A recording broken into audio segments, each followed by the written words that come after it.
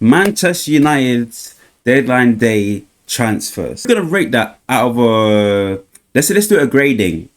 So you normally would say A as strong, B as like it's okay, could have been better.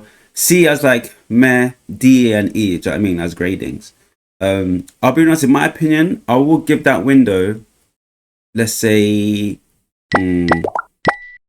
I'll give it a B minus. Let's say B minus. I would say, because at the end of the day, we did strengthen in attacking areas which we wanted to, in terms of Sesko and Brumo and Cunha. That was very good. But I actually have the sheet here just to tell you guys how much we bought them for. So Man United signings of the front three attacking players is a value. So Matheus Cunha came to the club for £62.5 million. Mbeumo came to the club for £65 million. Sesko came to the club for £66.3 million. And then we signed the new players, Diego Leon and Sané Lemens, for 3.2 for Diego Leon and 18.2 for the keeper, which is pretty good, I would say. But the only issue is to get that from a B minus to an A plus. I would say I feel like we needed 2 more signings, and that would, for me, would be for the midfield.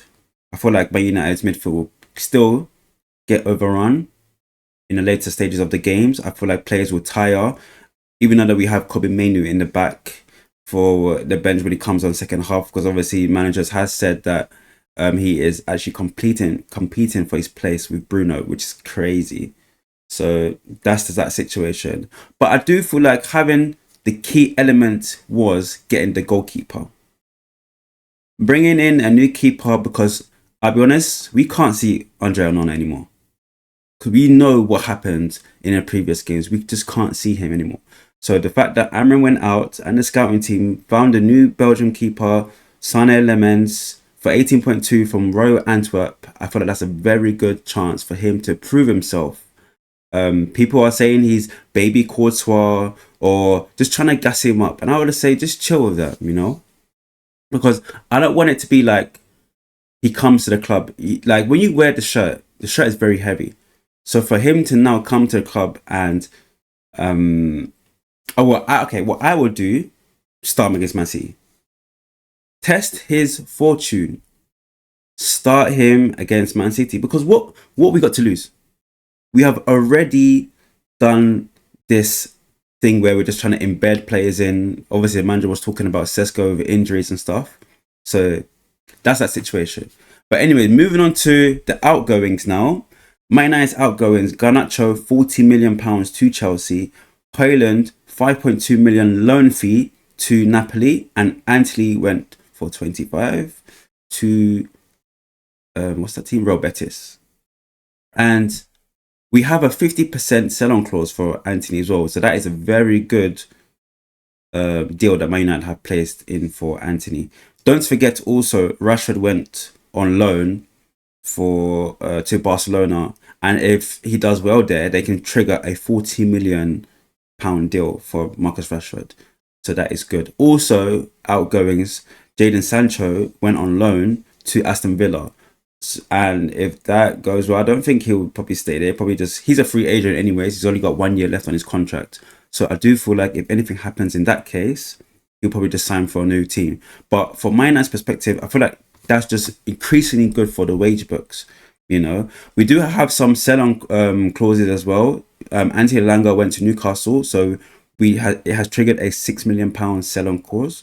Alvaro Fernandez went to Real Madrid, so that has triggered a £7.6 million. Maxi Oyedele went to Strasbourg, so £2 million we got. Obviously, Chelsea terminating Jadon Sancho on loan, so we had the £5 million as well. And also, Mason Greenwood qualifies for Champions League with Marseille, which triggered a £5 million fee that came to us. So in total, 25.6 million. So it's not that bad. Do you know what I mean? Like, I do feel like we could have done better in terms of like transfer. And again, it's just that key part is getting that midfielder in my opinion. Having that midfielder would have been amazing. Obviously, we were in talks with Carlos Baleba from Brighton, which Brighton were talking about 105 million, 104 million pounds, and I was like, that's just a bit much. But in United's case, we probably would need to pay that if we need like a class midfielder in our team. So I do feel like in terms of that would be good. I'm just hoping that next time when we do look for transfers in the market in, let's say, January, for example, that we are actually looking out for these things rather than just like being complacent, if that makes sense. So that's just in that case. Arsenal. Let's look at Arsenal now. They have had some good signings in. They bought Kepa. They bought in Zubamendi. They bought in Norgard, Madueke. They bought in Mosquera, Gyökeres. They bought in Eberechi Eze. Is there anyone else? They bought in Hincapié on loan as well. So I do feel like their transfer market saga this season, I'll be honest with you, has been very good. Like, if you're trying to push for the league, these are the players that you need to bring in. As obviously they got the first team players as well, but they have players in every position to make sure they have a backup. Do you know what I mean? If the cam is sorted out, like for example, Odegaard is injured, you have someone else. So that is very good, that the fact that they have that. So they have Eze as well in the 10, which is very good for him. Was it 60 million pounds? I think it was that he came to the club for. So, and also he was actually part of the Arsenal academy in his younger years and went to Crystal Palace and then fought for his place. And then the sensational season he's had for the past couple of years, Arsenal decided to buy him back. So there's just a nice fantasy for Eze's career that he's actually back at his team that he actually played for, and he supports the team. So now Victor Gyökeres. Everyone's been doing this. But what is happening? Like, after the 2 goals, he scored 3. Is it 3 goals or 2 goals? No, 2 goals he scored. Obviously, the game against Liverpool, Arteta decided to play 3 defensive midfielders in the midfield pivot. So that didn't give Gyökeres a chance to get the ball. But let's say in terms of their transfers, I feel like they did very well. I'm giving Arsenal an A. A or A plus. I think I'll go for an A plus. No, I'll go for an A. I feel like Arsenal needed a left winger to complete their signing to make it an A plus. There were obviously links with Rodrigo. There were links with Nico Williams, like way back in the transfer window. But I feel like if they had a winger to give competition for Martinelli on that left hand side, it would be an A plus. But I feel like right now, an A is best justified for Arsenal. So let's see what they do in the season. Hopefully they can actually try and compete for the league like they've been doing for the past three to 4 years. So that would be very good for them. Now, Chelsea. Before we go to Chelsea, Arsenal have spent £255 this season. Now, that is a lot of money they spent in this summer window. I do feel like they can actually get the most use of that team that they have. Do you know what I mean? So let's see what happens. Yeah. So Chelsea, with their spending of 285 million, they are very good at selling players. They sell a lot. I think they have a whole squad of just selling everyone, literally. Like, they bought in Delap, they bought in Mamadou Sarr, João Pedro, good signing, Jamie Gittins as well. They bought in. They had Jesse Derey. They had Jarrell Hato. Esteval came in.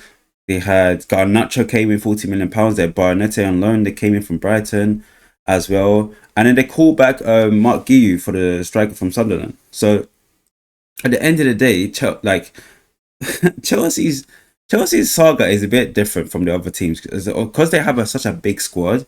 They are able to let these teams go out. Do you know what I mean? Let these players go out on loan or literally go out for transfer fee. Like, for example, Gisby Hall went to Everton. Do you know what I mean? Amada Broya went to Burnley. Do you know what I mean? Renato Vega went to Villarreal. Like, Chukwuemeka went to Borussia Dortmund. Like Nkunku went to AC Milan. Like, do you know what I mean? There's just so many stuff that Chelsea can just Ben Chilwell went to their partner club as well, Strasbourg. Like, there's just so much things Chelsea can just do and just get these players out. And let's see, Madueke went to Arsenal, as you can see. So, João Felix went to Al Nassr. So it's their team. Like, Kepa went to Arsenal. Like, do you know what I'm saying? Like, it's just so crazy of how Chelsea just do their business. But it's fair at the end of the day. Like, if you have players to sell and you have the right team behind it who can actually get players out. Now, in terms of actually making themselves known to, well, let's say, winning the league or getting themselves in the top areas, like let's say top three, I'll give Chelsea's transfer window season this summer a B. I'll give it a B. I feel like they have, because now the Nicholas Jackson has gone. Nicholas Jackson has gone to Bayern Munich now. They didn't get a striker to replace that. Now they have Liam Delap, hence why they called back Mark Guiu to come. But I feel like if they had another striker, a well prolific striker to come to the team, then maybe, yeah, it would have been like a B plus or even up to an A minus.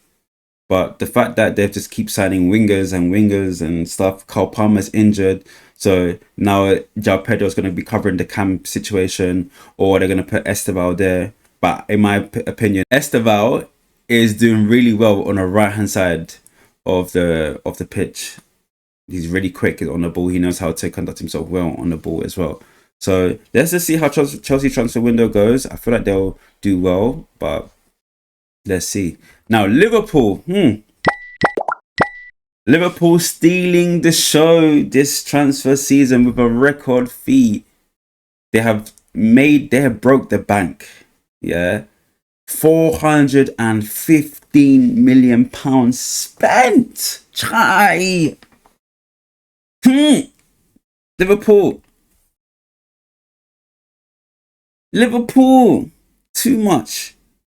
But anyways. Mawadashvili from Valencia. Jeremy Frimpong. They Florian Wirtz. Like, all these signings, all these Ekatike. I mean, now Kirkes. They got all the little ones as well. Max Wright, Giovanni Leone. And now the big one here, Alexander Isak from Newcastle to Liverpool. Record transfer fee, £130 million. Yeah. Liverpool, A+. A+ for Liverpool. If that doesn't guarantee you the league, with the likes of Darwin Núñez leaving, with the likes of Harvey Elliott going on loan to Aston Villa, with the likes of who else has gone? There's just so many. Like, Trent has gone as well. And Luis Diaz going as well to Bayern Munich. There's just Jerome Quansah went as well to Bayer Leverkusen. There's just a lot of things that Liverpool needed to do to get those replacements back into the team. And I feel like they've actually done it really well. That's why I can't even fault them. So if this meaning that Alexander Isak is now the main man for the club that can actually get them another trophy lift, what can you say? Like, should the team now just pack it up? But again, as I said in my previous video, go watch it again. What does that mean for Gakpo? What does it mean for Ekatike? You know, as Isak has come to the club. I feel like Arne Slot has done a great job, as they didn't spend any money last season, like any big money in terms of signing players last season. So they basically just saved their pocket money and bought more an expensive gift. And that's fine. You can do that. You know, if I have £100 million to spend last season and I don't spend none of it, and then I win the league this season, I have the £150 million still there, and I have this season's profits as well. With the transfer fees gone, it's fine, you know. So yeah, Liverpool get a big A+ from myself in terms of that transfer window. And yeah, let's move on. Manchester City. How much did they spend? Man City spent 152 million. Net spend of 99 million. And they only received 53 million. So, Manchester City, 152 million. They didn't really spend as much as we thought they would. With De Bruyne going to Napoli, I think it was a free agent, or did he go on? I'm not sure on that one. But they did bring in Ryan Aït-Nouri. They brought in Ryan Cherki. They brought in Reinders. All these Ryan. They brought in James Trafford as well. And they also brought in transfer deadline day signing Gianluigi Donnarumma. Was it 25 million he went for? Oh, let me check that. Donnarumma! Yeah? Going to Man City from PSG for 20 million. I knew it. 20 something million pounds. It's saying 40 million euros. So whatever that is in pounds, that's how much he went to Man City for. And I feel like for that Man City team, for them to strengthen, they had a shaky start. They did lose against Brighton on the weekend. I know for a fact that they can get more players in terms of the midfield area to solidify themselves if they want to win the league and challenge Liverpool. So I am giving Man City a B- as well. I don't think they needed to strengthen anything. I think they are relying on, let's say, the ability of Cherki, Phil Foden. Maybe their outgoings is crazy as well. I'll be honest with you, because in terms of this, they had it's just hold on. Reinders came from AC Milan and he was really good when he went there. So they literally McAtee left. He went to Nottingham Forest. And Ederson went to Fenerbahce. That was crazy. I think him and Fenerbahce and Galatasaray were actually competing for the keeper. Then De Bruyne went. Oh, De Bruyne went for 20 million. Okay, that's what I was trying to find out. So, no, his market value is 20 million. So he went on a free. And who else? Kyle Walker went to Burnley. The price is undisclosed. Jack Grealish is on a loan to Everton. Akanji went to Inter Milan for a loan fee of 1 million. But yeah, it's on loan. So I do feel like their transfer is a bit weird. I'll be honest with you. It's not the best. Do you know what I mean? But it is what it is. Tottenham Hotspur. Now, what do the champions of Europe have to say for themselves? They did beat Manchester United in the Europa League final, the current Europa League champions holders. Have they strengthened enough to get themselves in a position where they can not win the league, but get themselves in the top 5 places of the Premier League? So they did bring in Xavi Simons for 65 million euros. They did bring in Mohamed Kudus from West Ham for 63 million. They brought in Matthias Tell already. That was already a done deal. They brought in Kevin Danso. They brought in Paulinho on loan from Bayern Munich. I feel like their transfer business has been very if and maybe. Do you know what I mean? Because I feel like they needed more people. Because the likes of Maddison is injured and Kulusevski's injured as well. I think Solanke is injured as well. So I'll give Tottenham C+. I feel like they needed more players. But again, trying to fight with Eze and trying to get Mbeumo to come to the club. But Mbeumo wanted Manchester United, Eze wanted Arsenal. So that's the L's that Tottenham took. It was very hard for them to actually bring in players in. So, but obviously Thomas Frank, you got to give him credit. Like he has embedded himself well into the club. He's actually made sure that he can actually get players in, but we don't know. We'll just see how it goes.